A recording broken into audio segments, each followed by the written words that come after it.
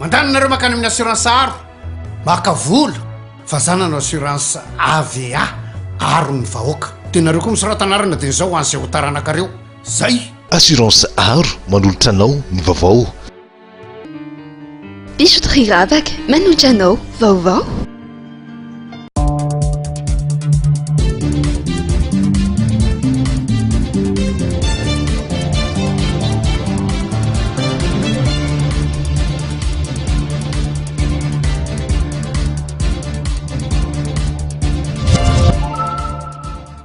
Ampitsikina indray tompoko lasy tompoko vavy ny anolorana ny arahaba mba piraritsoanao amin'ity asabotsy farany volana martsa paraky amby telopolo ity taona 2024 ity tonga eto amin'ny fotoana ny fampalalam-baovao isika tompoko lasy tompoko vavy ka asaina mpanajana ianao anatraka ireo vaovao nangony mpanao gazetinay tamin'ity androany ity pejy politika no isataratsika ny vaovao amin'izao alina izao toy ny isan-taona dia mahatsiaro ny andron'ny raiky amby telopolo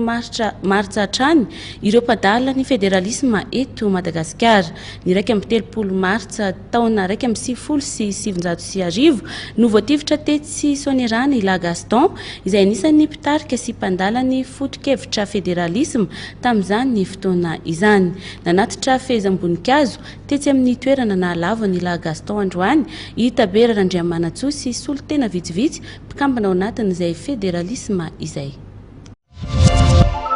nanamarika ny andron'ny raiky amby telopolo martsa tamin'ny fanaterana fehezam-boninkazo tetsy Soanierana androany ireo mpandala ny fotokevitra federalista ny raiky amby telopolo martsa raiky amby 2025 dia fotoana izay nahavoatifitra ny Laha Gaston tetsy Soanierana raha andeha ampafantatra ny sosikevitra izay tohanan'izy ireo nandritrilay fikaonan-doha natao tetsy Soanierana ny pomba azy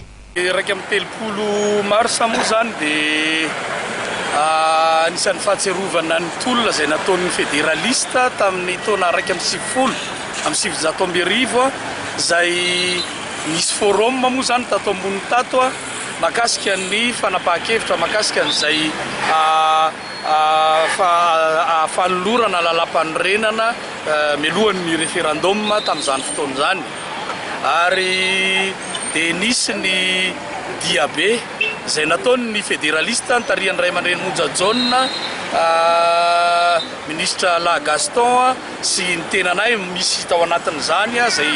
manatrika eto ny tenako moa tamin'izany no secrétaire général ny jeune federalista teto Antananarivo dia anisan'ny niaraka tamin'ireo ray aman-dreny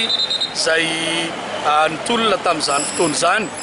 ary dia maty ho an'ny tanindrazana tokoa ireo olona ireo satria tolona ho an'ny tanindrazana mahakasika ny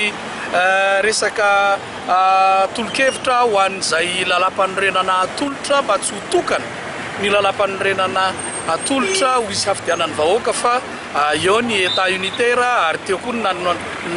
namola volanay ny tolokevitra ho an'ny état fédéral natao tamin'ny fomba tsotra ny fanamariana androany satria dia solotena ihany no tonga teny an-toerana no nitoedra raha politika izay somary mafana sy fitandronan'ny fitoniana amin'izao fety mipaka izao no antony sy ny antsoina ireo mpanohany raha ny fanazavana nentiny tabera randriamanantsoa